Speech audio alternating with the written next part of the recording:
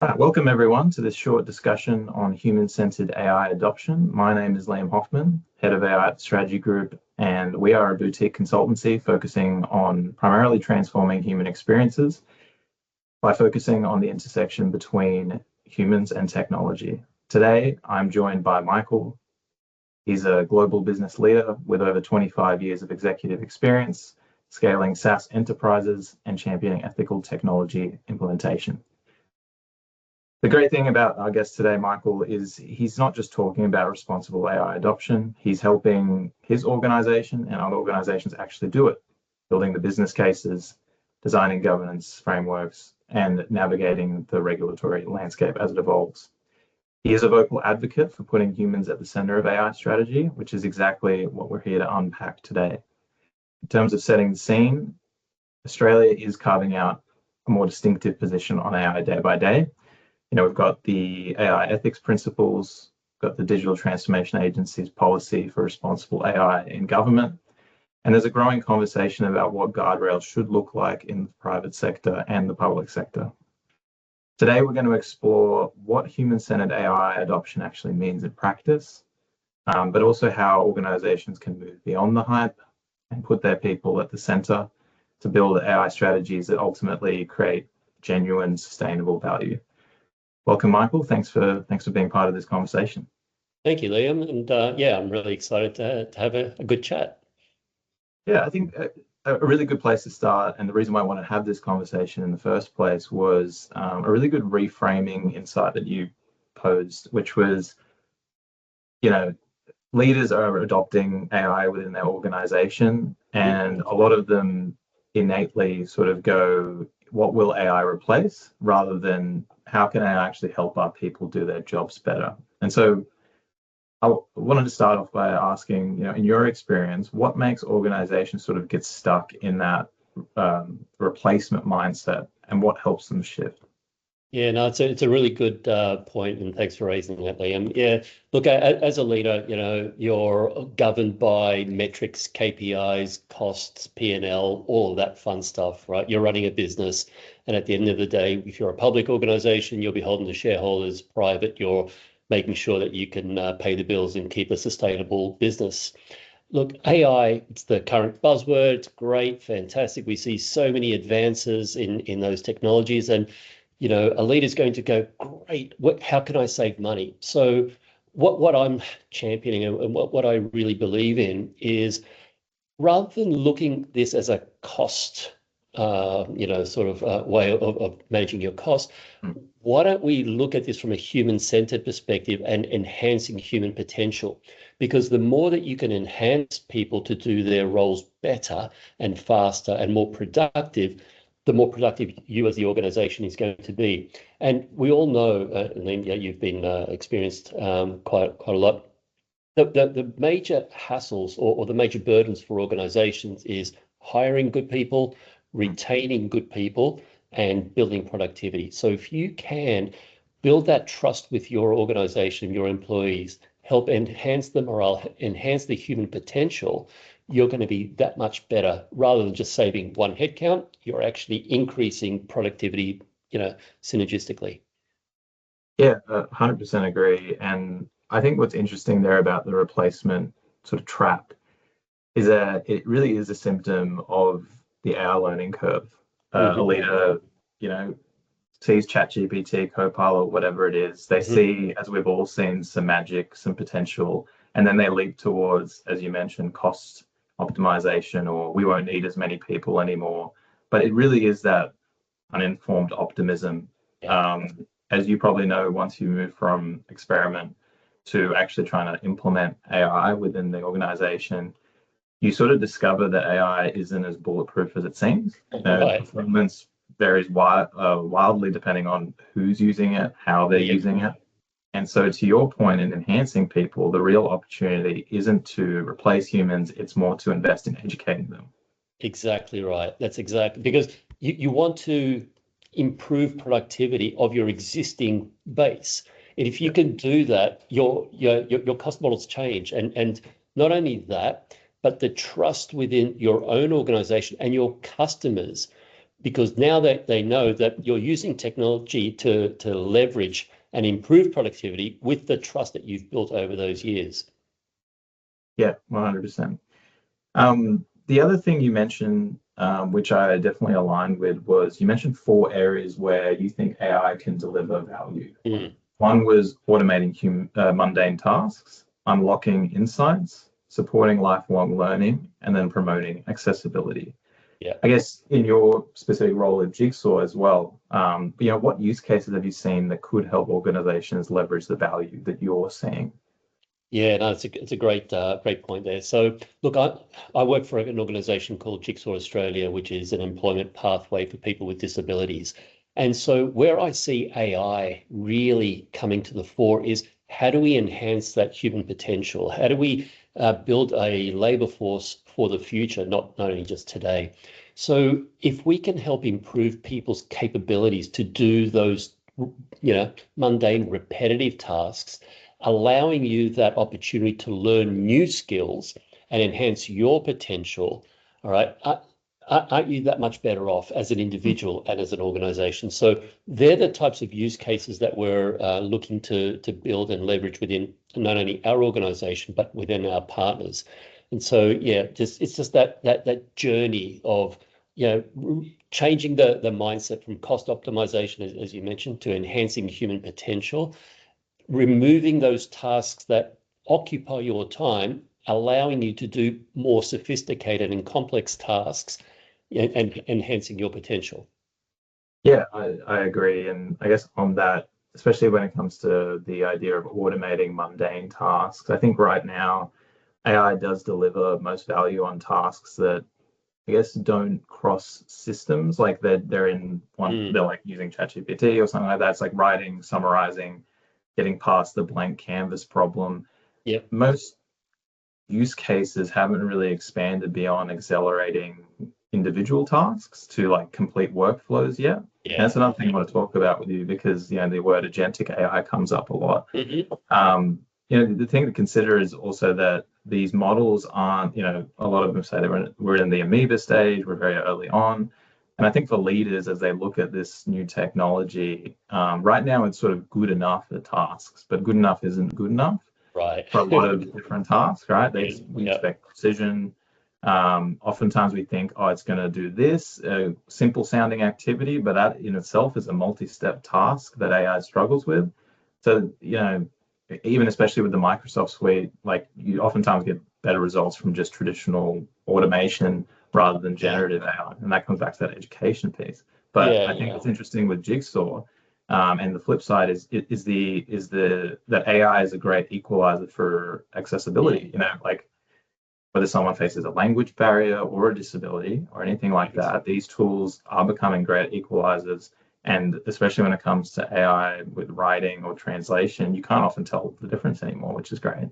Yeah, no, it's a really good point. The other thing to also think about and consider, Liam, and you mentioned a lot of great points there, is the agentic AI component or the Gen AI component, right? So a leader would say, "Oh, I don't need to hire as many salespeople anymore because it can do it for me."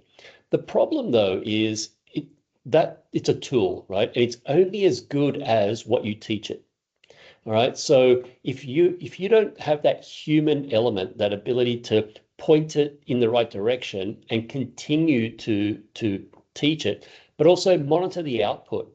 We've all heard about hallucinations and bias, and again, that's why you need humans at the start and at the end, and let the tools do the actual task. And so from an accessibility perspective, you mentioned people can have a disability in many different forms. Having tools be an equalizer is a great thing, and that's really why we want to put these guardrails and ethical sort of governance and compliance measures to ensure that these are done in a way that's going to, again, focus on the human, not just a cost element. Yeah, and you probably see a lot of leaders going, we need agentic AI. For anyone who doesn't know, these are basically autonomous systems that are supposed to plan, act, and complete sort of complex workflows, right? But Look, in reality, I think recently Reserve Bank's survey found that I think it was 2/3 of Australian firms have adopted AI in some form, but 40% still use it minimally. Most just summarizing emails or drafting text. Only 10% have actually embedded it into advanced processes, and that's when you're starting to talk about agentic AI. Yeah. And I think also from the AFR there was it's only like 17% that have actually adopted it. And then we're talking about infrastructure as well. Do organizations have the infrastructure to implement it properly? No.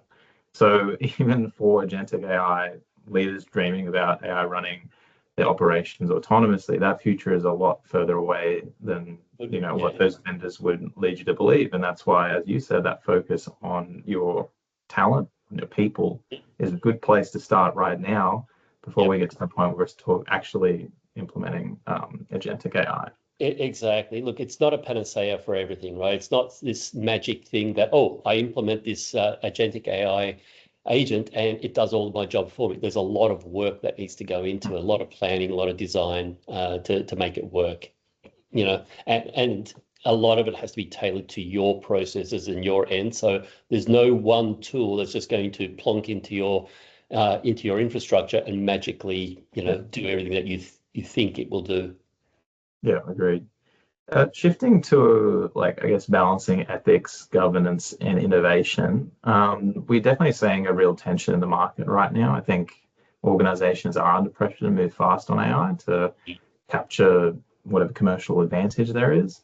But then there's the governance and accountability that often does lag behind. I guess I'm interested from your point of view, how do you actually see this playing out? How does an organization, whether it's your own or what you've seen, balance innovation with ethics and governance? Yeah, look, that's a really good point. Look, you think of governance and compliance and you immediately think of red tape, bureaucracy. It's going to slow me down. But, just like any other discipline, if you're a programmer or, a builder, the more time you spend in the design phase, the quicker the overall project is going to go. And it's the same thing with governance and compliance. If we can implement ethical, human-centered, and human outcome-oriented approaches in our procedures as it relates to AI, the better it will be, and the faster we will end up meeting the outcomes that we're intending. As distinct to, as you mentioned, just like, oh, I need AI. Joe, go and implement AI. What does that mean? It doesn't mean that the outcome is going to be what you think it's going to be. So I view and in particular the Australian AI ethics principles, I view it as a really good balance between that governance and compliance, but fostering innovation, which is what this is all about. So the more we can innovate within an ethical guardrail, the better outcomes we will see. Yeah, agreed. I mean, there'll always be those leaders that argue that too much focus on ethical guardrails and accountability will slow you down competitively. What's your thoughts on that? I mean, when we look at America, they're obviously going full steam ahead for the most part. But I do agree with you that Australia is sort of taking a bit more of a cautious approach, which is quite good. But yeah, what's your thoughts on that, on people who might say that? Oh, look, there's always going to be that capitalistic nature that it's all about the shareholder value. It's all about the money, more. And that's always going to exist. That's human nature. But again, what I do like about Australia's approach is that, and it was the same thing during the GFC. Australia had a much more robust financial regimen at the time. That's why we actually got through the global financial crisis. Same thing with AI, right? The approach we're taking is, let's innovate. Absolutely. Let's be at the forefront of this new revolution, this new paradigm shift, but do it in a way that's going to be sustainable for the population for the long term, not this short term, next quarter focus. I must make my number for this next quarter, etc. Yeah, and we've just gone through sort of this wave of pushing AI into organizations to some extent, Copilot rollouts, some ChatGPT enterprise licenses. without creating that governance around it. And we're sort of seeing the consequences, privacy breaches, as you mentioned before, hallucinations in major reports. I mean, we saw a big story on that before. Exactly right. Customer-facing AI without any sort of transparency around how the company is using it. I mean, I'm not sure if you saw the backlash on the Coca-Cola ad and them using AI and bragging about not using as many employees. These aren't edge cases anymore. And with the Deloitte example, having to refund 290,000, I think it was, to the Australian government. And this week again, second Deloitte report in Canada was flagged for the same issues. This is a big four firm, and if they're getting caught without proper oversight, imagine what's happening in organizations with fewer resources, right?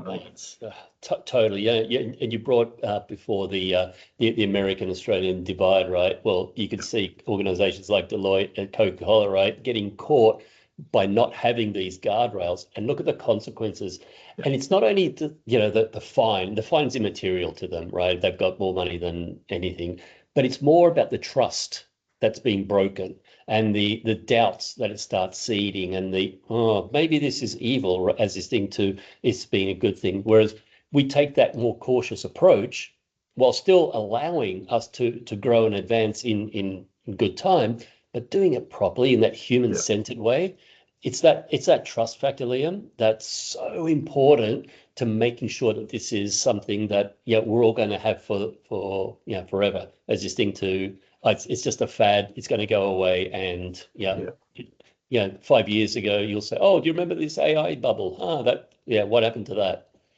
Yeah, I agree. And what we're seeing as we sort of work with organizations around AI is, without the governance, they aren't going to be moving faster. They're just accumulating, as you said, the risk, the trust, reputational damage, regulatory scrutiny, and they won't stay hidden. So the organizations that are actually scaling AI sustainably are going to be the ones who build those rails first. And to some extent, our government is doing a solid job in that they're providing all businesses across Australia with some frameworks and templates to get started on that journey. Yeah. And what's going to happen, Liam, is those organizations that build those guardrails and have that trust are going to attract the top talent. All right. So if companies such as Deloitte, Coca-Cola, etc., keep breaking that trust, people aren't going to want to go work there. And that's right. So it's a really key thing, because as I mentioned before, attracting talent and retaining talent are two of the biggest cost burdens of any organization. So having that trust and wanting, and people wanting to come work for you, that's key to success. Yeah, and then those people know how to utilize AI properly. You've got so much more value that you've created. Yeah, totally. Exactly. Yeah. Moving to, I guess, the business case for human-centered AI, you've argued that human-centered AI isn't just the right thing to do, it is a competitive advantage. And you've explained quite a bit around how taking a human-centered approach and a focus on your people is really important. I guess in your experience, when employees do feel empowered by AI rather than threatened by it, what changes? A lot. I've worked in lots of organizations over my career in many different countries, and the biggest thing, the biggest asset any organization has are its people. All right. And the more the people have a good morale, a good camaraderie, collaborative, synergistic sort of workforce, the better it's going to be. And I mentioned before that retaining employees is so key. If you think about this, it takes 3 months, 4 months to hire someone. Okay. So you've now lost 4 months in the process of productivity. Now, to enable and onboard someone, it's a good 6 months to productivity. So for every new hire, there's 9 to 12 months of lost productivity. What if that employee leaves in the first 12 months? That's a huge burden. So those organizations that foster improved morale, improved employee retention, improved self-awareness and self-worth are those organizations that are really going to grow. So that's what I've seen as the big difference. Those where there's trust, where they're fostering career growth and learning opportunities, and they're not boxed into this is your role. those are the organizations that really grow a lot more than those that just, want to churn and burn employees. Yeah, and I guess building on that beyond the workforce, how does a human-centered approach to AI affect customer and stakeholder trust as well? It's that trust factor, right? Knowing that I'm buying from an organization that's ethical, that treats its people well, that's values aligned, and that's the key to any organization. So, and it goes both ways. I only want to sell to those organizations that I'm values aligned with, and I'm only going to buy from. Look at the sustainability movement, right? Look how great that is. The circular economy, where that's building. It's the same principle. So from a human-centered ethical AI perspective, I'm going to have an organization that's ethical, that treats its people well, and I'm only going to sell to those, and I'm only going to buy from equally values-aligned organizations. Yeah, agreed. And I guess the reality as well is that so many people are already using these tools, whether it's visible or shadow use of it, and nobody really has the perfect AI playbook yet because it's evolving so rapidly. So this is an actual opportunity. AI adoption can be a moment to bring sort of best practices together and make people's lives genuinely easier. So that focus on customers, your staff, other stakeholders is really important. And the beauty of it is that this is a general purpose technology. Most use cases are going to be general purpose. So they can make pretty much anyone faster at their job. So they spend less time in that drudge and more time, as you mentioned, on complex, sort of more meaningful work. Yeah, agreed. Yeah. Look, and the flip side of that is of empowerment is also ensuring people do feel heard about their concerns around AI. Yeah. Leaders need those governance and risk frameworks around AI, and not just that, but they need to be reviewed more frequently, I think, than any other technology because of the pace of change. Yeah. Would you agree?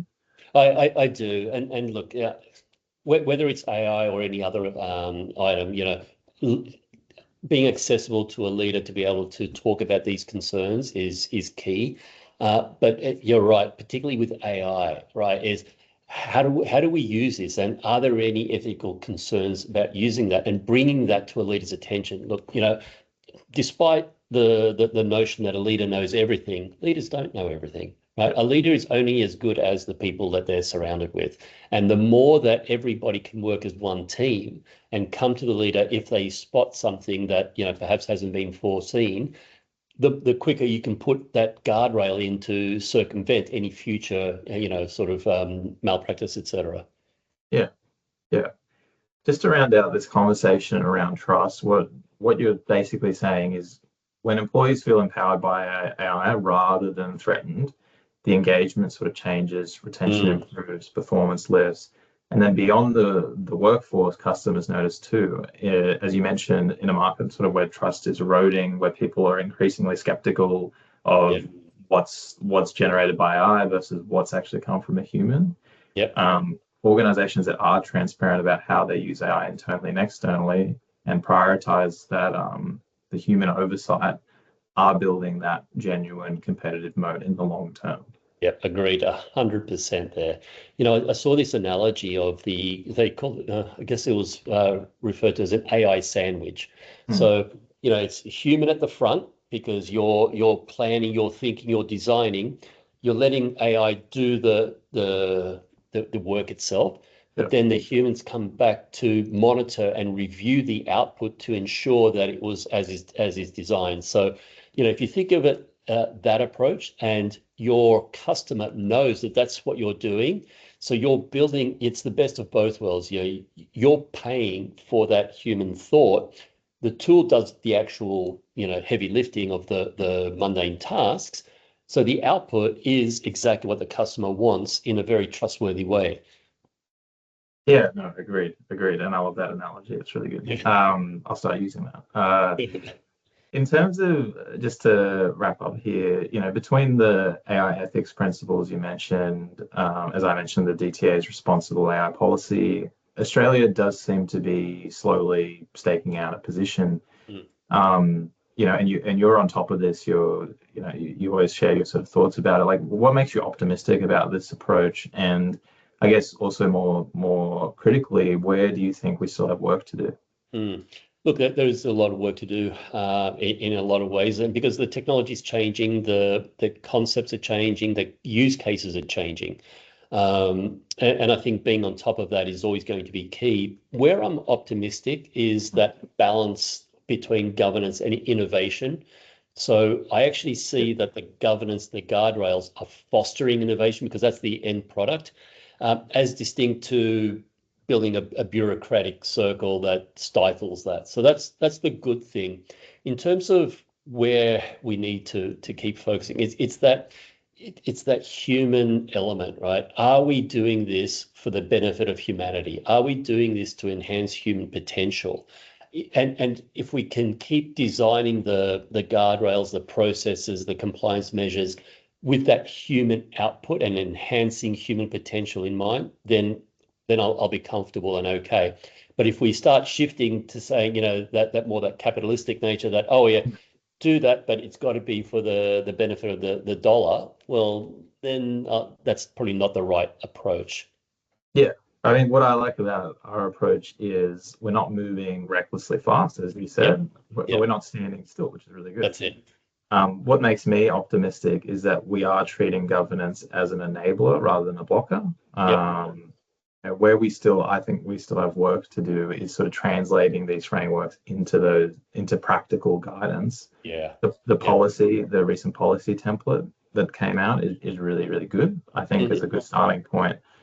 The principles are strong, and I think for leaders such as yourself, that's enough to sort of steer the approach to AI. But working with a lot of organizations that do need that sort of playbook, they need the practical, implementation methods. No, you're right, Liam. And organizations like the strategy group are really positioned well to help drive and educate the market. And I think that's the other area that we have a lot of work to do, is educating the market, educating leaders as to what are the proper or the correct approaches to AI and that adoption to drive productivity. So yeah, I think that's probably the biggest area. Like, you'll get a few people who get it and understand it and do it, but a lot of people just don't have the time or don't think they have the time to invest, to learn, to drive properly. Yeah, no, agreed. All right, I think that pretty much wraps up the conversation that we'll have today. Thanks so much, Michael, for taking the time to come and have a discussion about this important topic. If you want to hear more from Michael, you can basically find him on LinkedIn, where he shares his insights quite a lot. Is there anywhere else people can find you?